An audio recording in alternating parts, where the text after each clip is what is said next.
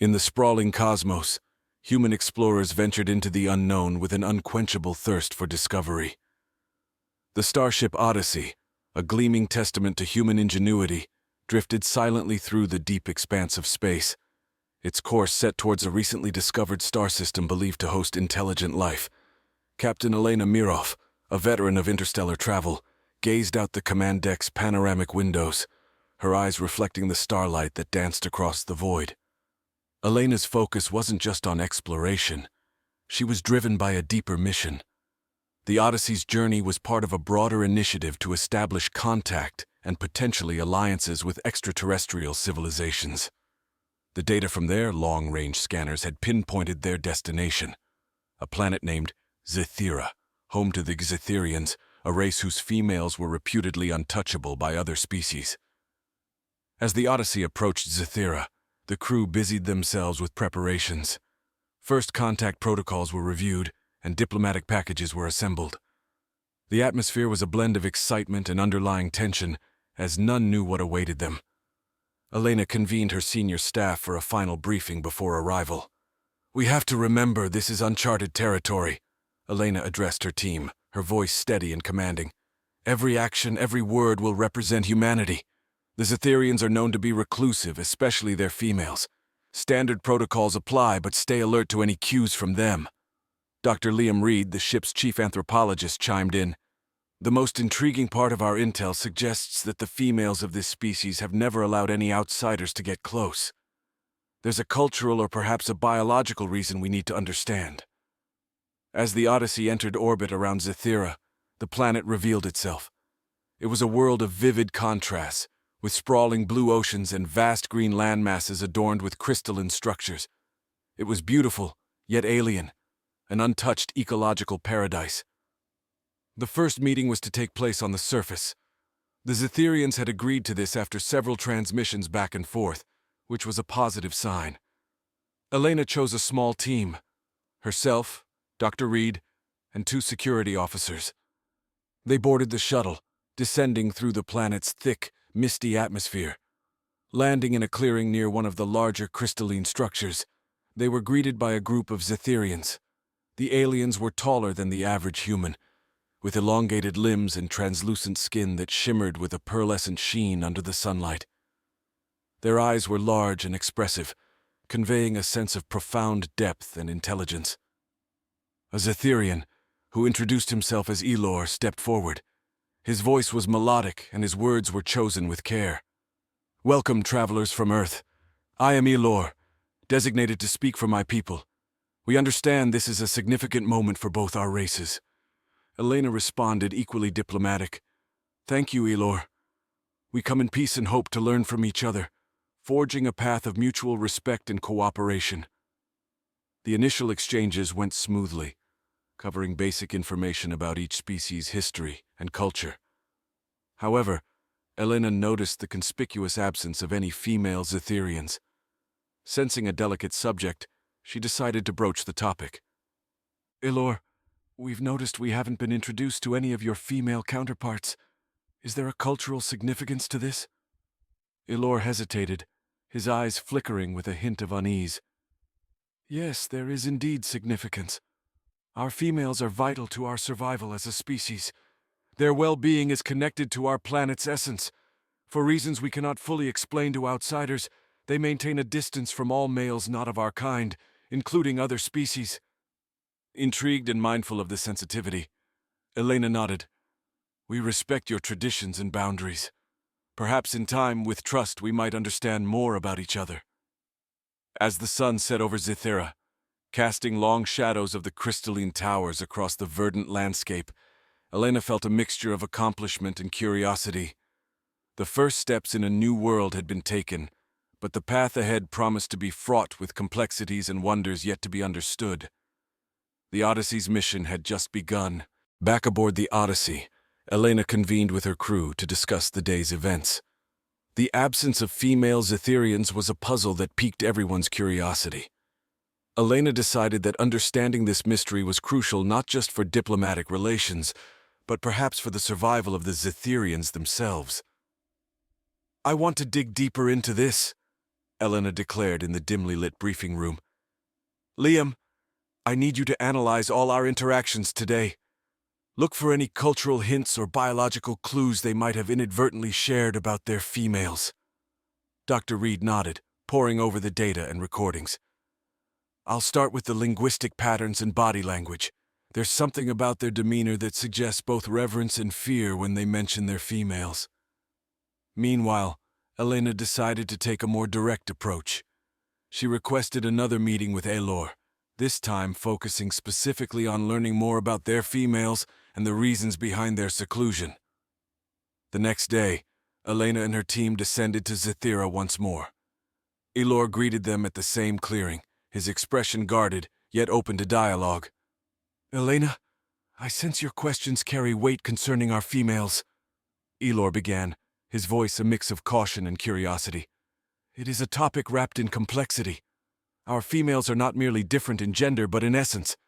They are deeply connected to Zithera's life force. Their well-being affects our planet's health, and their exposure to external influences could disrupt this balance." Elena listened intently, her mind racing to connect these clues. "Elor, is it possible for us to learn about this connection? Perhaps there's a way we can help ensure their safety while satisfying our quest for knowledge?" Elor paused, his gaze drifting towards the horizon where the crystalline towers shimmered with the planet's life energy. "There might be a way," he conceded, "but it requires trust and understanding beyond what we share now. Our females possess abilities that are sensitive to intentions and emotions. Any interaction must be approached with purity of heart and clarity of mind." Elena agreed, and plans were made for a cautious, respectful approach to meet one of the Zitherian females. The meeting was set for the following day, in a secluded part of the forest that was said to be a sacred site for the Zitherians. The day arrived with a tense mix of anticipation and solemnity. The team, having been briefed extensively on the required decorum, followed Elor through winding paths surrounded by towering trees until they reached a clearing bathed in soft, glowing light. There, waiting, was a female Zitherian. Her appearance was strikingly different from her male counterparts. Her skin had an iridescent quality, and her eyes seemed to hold swirling galaxies within them. The air around her vibrated with an unspoken energy, and the plants nearby flourished visibly, as if responding to her presence. "Her name is Lyrial," Elor whispered almost reverently. "She is one of our revered guardians." Lyrial spoke, her voice harmonizing with the rustling leaves. "Welcome, Elena of Earth. Your presence here is a testament to the bridge being built between our worlds." The conversation that unfolded was delicate, threading through topics of Zitherian spirituality, their symbiotic relationship with their planet, and the unique role their females played. Lyrial explained how their essence could influence and manipulate the life force around them, making them both powerful and vulnerable. Elena, moved by the profound depth of their connection to their planet, felt a deep responsibility to tread lightly. The discussions laid the groundwork for a partnership that would explore the mutual benefits of their cooperation without endangering the delicate balance of Zithera. As the team left the sacred site, the sun dipped below the horizon, leaving a trail of golden light that seemed to promise new beginnings. The Odyssey's mission, now deeply intertwined with the mysteries of Zithera, shifted into a new phase. The discussions with Lyrial had opened a portal of possibilities, but also of responsibilities. Elena was aware that the balance of their interactions could have unprecedented impacts on both their species. In the following days, Elena and her team prepared for a series of exchanges that would involve sharing knowledge about technology, medicine, and ecological management. Meanwhile, Dr. Reed, fascinated by the potential of the Zitherian females' abilities, devised non-intrusive experiments to understand how their essence interacted with the environment. With Elor and Lyrial's consent, they set up sensors around the sacred site, devices designed to measure energy flux, ecological changes, and biosignatures without disturbing the area. The Zitherians were curious about human technology, their interest tempered by a cautious respect for its implications. As Elena worked closely with the Zitherians, she found herself drawn more to Lyrial. The Guardian's deep connection to her world was unlike anything Elena had witnessed. Lyrial explained, Our essence can feel the song of the planet, the flow of life through every blade of grass, every ripple in the water. It's a profound bond that sustains and nurtures both ways. During a session with the sensors, a startling discovery was made. The data revealed fluctuations that correlated strongly with Lyrial's emotional states. High emotions heightened ecological activity. Flowers bloomed rapidly, and winds stirred gently around her. Calm brought a harmonious stillness. Elena realized that this connection might be what kept the female so guarded. The risk of emotional turmoil affecting the planet was too great. Your abilities are extraordinary, Lyrial, but they also seem like a heavy burden to bear, Elena remarked during one of their discussions. Lyrial nodded, her gaze reflecting a mixture of pride and latent worry. It is both our gift and our curse. We guard this power diligently, for its misuse could lead to devastation. That is why we must be wary of outside influences, as they bring unpredictable variables. This revelation led Elena to propose a collaborative project to create a controlled environment where they could safely explore these abilities further. This environment would use both human and Zitherian technologies to simulate natural conditions, but within a confined space that could be closely monitored. The project received enthusiastic approval from both the human crew and the Zitherian Council, with Lyrial taking a lead role. Construction of the simulation chamber began, using a combination of human engineering and Zitherian natural design principles. As the chamber neared completion, the team prepared for its first major test. The hope was to not only gain deeper insights into the Zitherian connection to their planet, but also to explore potential ways humans could learn from and adapt these principles to their own ecological management practices back on Earth. The day of the initial trial arrived, and tension mixed with excitement buzzed through the air. Elena, Lyrial, and a team of scientists from both races gathered around the simulation chamber, ready to witness the interaction of Lyrial's essence with a replicated ecosystem. As Lyrial stepped into the chamber, the sensors lit up, and the vegetation inside seemed to lean towards her, as if drawn by an invisible force. The air shimmered slightly, and everyone watched in awe as the plants responded to her presence, growing more vibrant and vigorous. This experiment marked a turning point in human-Zitherian relations. The mutual benefits of their cooperation began to crystallize, laying a foundation for a future where the exchange of knowledge and respect could lead to advancements neither could achieve alone. In the weeks following the successful trial in the simulation chamber, the Odyssey's mission was seen not just as a visitation, but as a cornerstone for interstellar collaboration. Elena found herself at the heart of a burgeoning alliance that promised to reshape the boundaries of understanding between two very different cultures. With the success of the initial experiments, more ambitious plans were formulated. The human and Zitherian scientists, inspired by the potential of their combined efforts, proposed the creation of a biohybrid lab aboard the Odyssey. This facility would allow for deeper research into the bioenergetic fields generated by the Zitherians, particularly the females, and their interaction with various environments, both terrestrial and extraterrestrial. The Biohybrid lab was a marvel of engineering and biological sciences. It featured modular ecosystems that could be altered to replicate different planetary conditions.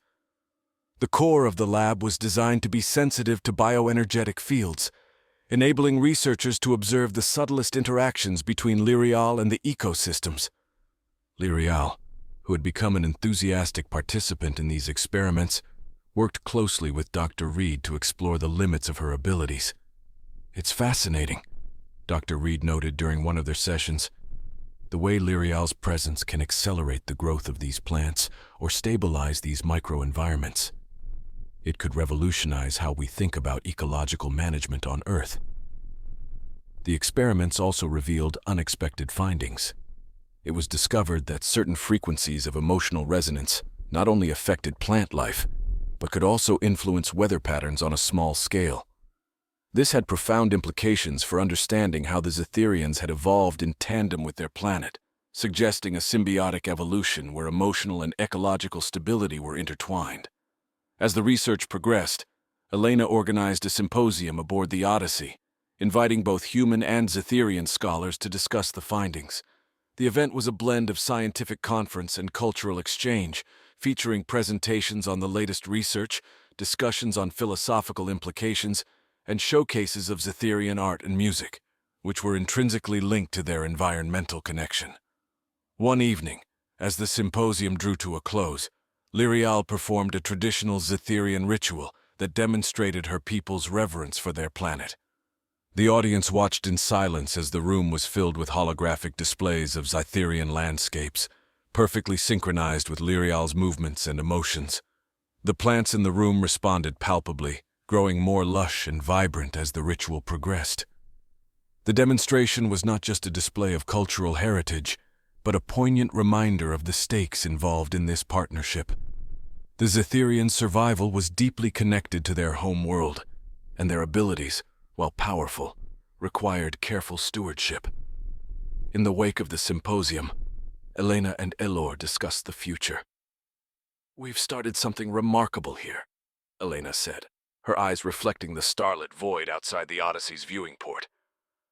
"But we must proceed carefully. Both of our peoples stand to gain much, yet the risks are considerable." Elor agreed, his voice solemn yet optimistic. "This collaboration has shown us possibilities we never imagined. We trust in this alliance, Elena.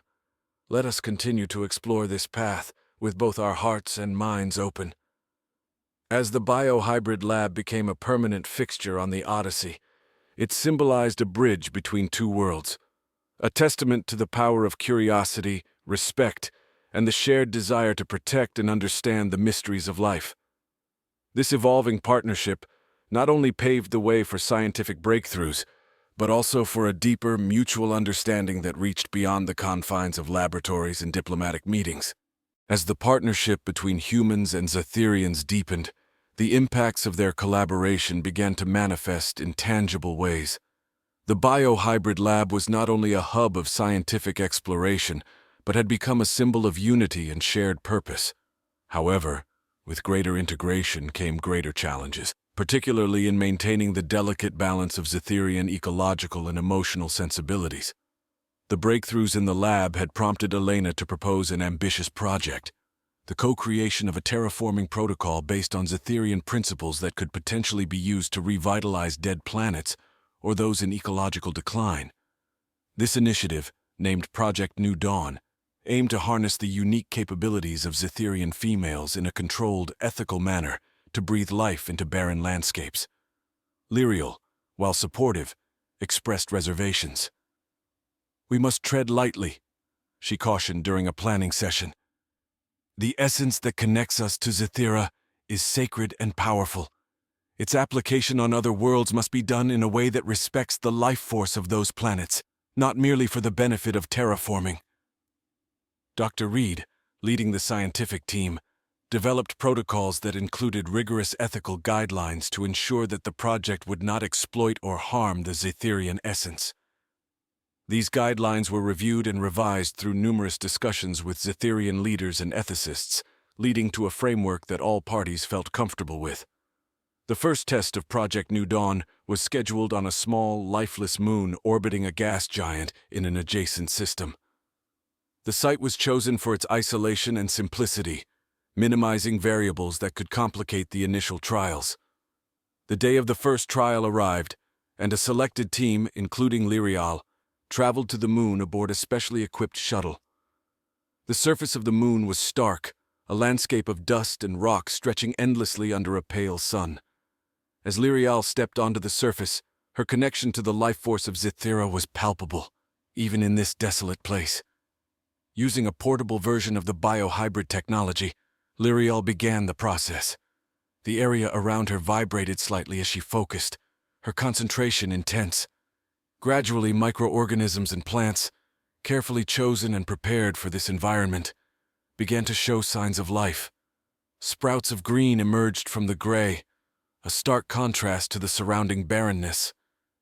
Back on the Odyssey, the team monitored every parameter, their screens filled with data tracking ecological growth, atmospheric changes, and Lyrial's physiological responses. The success of these initial steps brought a wave of relief and excitement through the command center. However, midway through the trial, a sudden spike in the atmospheric data alerted the team. Lyrial, feeling a distressing pull from the moon's dormant life force, began to show signs of strain. The balance she maintained was delicate, and the moon's barren essence was more taxing than anticipated. Elena made the call to halt the trial. "We need to pull back. Let's reassess and ensure Lyrial's well-being before proceeding," she ordered, her voice firm yet filled with concern. The team complied, and Lyrial was carefully monitored as she withdrew from the active connection. This setback was a sobering reminder of the complexities involved in manipulating life forces. The team spent weeks analyzing the data, making adjustments, and preparing for a second trial with enhanced supports for Lyrial. Throughout this period, the dialogue between human and Zitherian team members grew even deeper, their mutual respect solidified by the challenges they faced together. The second trial, adjusted with these new insights, was more successful. The moon's surface showed promising signs of sustainable ecological growth, and Lyrial managed the energy exertion with more ease.